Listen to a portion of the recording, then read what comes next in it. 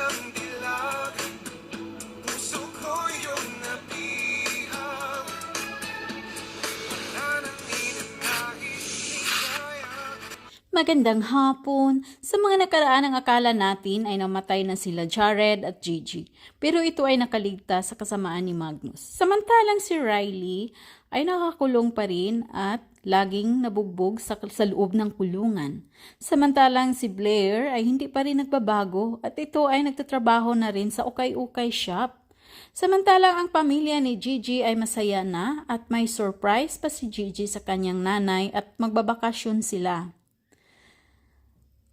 Samantalang si Madam Sofia, ayaw niyang sumama sa bakasyon kasi may asikasuhin lang siya at ito pala ay si Magnus. Ang buong akala natin ay nasusunog na si Magnus pero hindi pala kasi gusto ni Madam Sofia na magdurusa si Magnus dahil sa pagkamatay ng anak niya.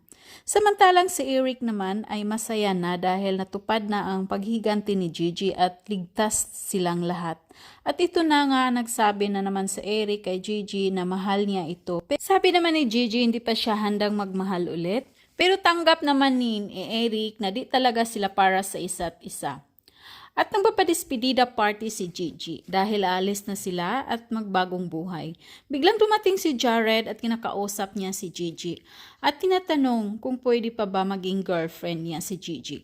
Pero sabi naman ni Gigi hindi pa siya handang mag-boyfriend ulit. Gusto pa niyang kilalanin ang sarili niya bago siya boyfriend ulit. Pero naintindihan naman ni Jared at mahal talaga niya si Gigi at handa siyang maghintay.